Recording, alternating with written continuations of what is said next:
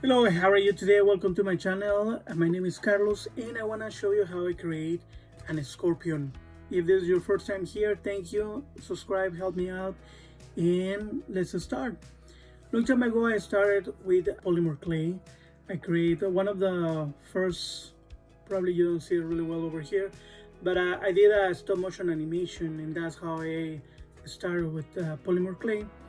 And after that, I did the head of a dragon, and I said, oh, if I can do something like that, I can create an scorpion. So I created the biggest polymer sculpture that I done. Well, it is like 3 times bigger than this one, but the reality is that polymer clay is not really good at if you want to create bigger pieces. No, it's easy to crack, it's easy to break, and if you do something small like jewelry, ooh, super strong, and it can last you almost forever. Now I'm creating again a gift for my brother.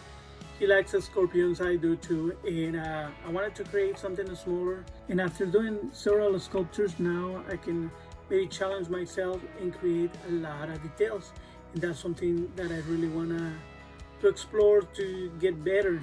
Now, one of the things that happened here is when I was working on the tail or the sting, I put my thumb on the face more than once, and I had to redo it, and it was a pain. This sculpture took me way longer than I wanted to spend on it. One of the things I do sometimes, most of the time, I don't use any reference or anything. To tell you the truth, I just put Netflix or YouTube or something to watch while I'm sculpting, just because that's the way I am. I need to have like a distraction. Maybe it's weird because I know if I put just music, I probably finish faster, but my way to concentrate is basically that I need to. And the way I do it, then sometimes I rewatch shows that I really like, and I don't have to really look all the time at the screen. No, it will be more like a voice, that way I can pay attention on the piece. I don't suggest to do that because sometimes if it is something new, you miss part of it. Because I don't use a lot of reference. I mean, sometimes, and like this one, I look up photo of a scorpion, but I think the best thing, and I know I need to start doing that, and the best thing will be to print a photo, to print a scale, to have a plan and exactly do certain details. What I like is just push my imagination without thinking or trying to copy. No, I don't want to be a photocopy. Of course, if I'm doing something like when I did my Blinky over here from Troll Hunter, I mean, it has to be almost the best accurate. So of course, in that case, I'm going to try to look more reference possible. But the best thing is to have a plan, and I don't usually just whatever I come up with. Something that I have really trouble with this piece is the armor. I didn't have idea how to do it. I tried to look online for a reference of scorpion with an armor, and maybe they are, but the only thing that Google come up with was always showing me the scorpion from Mortal Kombat. So I wasn't really have an idea how to create it. So I know the only thing I knew is that I wanted to have a helmet that it was like a Spartan warrior, and I know I wanted to have a shield, and but I wasn't sure how to do it and how to put it on that body, you know, how to come up with an armor with that body. So I have to think, I have to challenge myself, and try to do the best I could, and then just see what happened. At the end, I really like it, and I was trying to put all the details.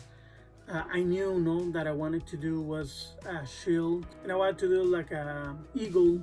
We know that the Greeks, they had this, the Romans have this eagle that they used to carry, you know, sign of power, and it was important. So I said, okay, it goes with the armor. Before I even had the idea of the Spartan armor, I was thinking also about doing like the games. I wasn't sure how to do it. So I wasn't sure. I still think that it didn't go really that good, but I was thinking maybe the armor to put some parts one color, some part other colors, no, like we see in games where you go like in Titan Quest or maybe Skyrim, where you defeat some people, open some chest, and you have these armors that are different colors. You don't have the set fully yet, but you know that every item is really powerful on its own.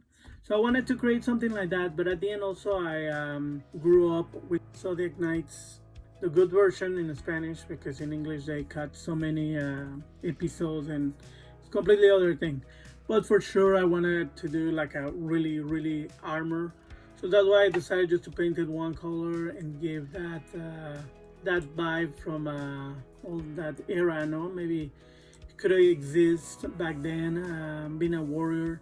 Now when I created this character, I wanted to not thinking on its story, no, maybe being an old general that a hero goes and he become his sensei, you know, and teaching him the way, or maybe to be an enemy or a boss on a game. So I was just thinking all the things that my character could do, you know, and represent, you know, either side of good or evil. And at the end, I really like it. I think it's good, and probably a general that becomes the sensei, the Yoda, or maybe someone. A lot of imagination, maybe that sometimes I go overboard. But I hope you like it. Was my piece, and this was my Scorpion. And just challenge yourself to create something. If you want to create, remember, the only thing you need to do is start doing it now. Thank you, and if you have any suggestions, please comment below, like and subscribe, and see you next time.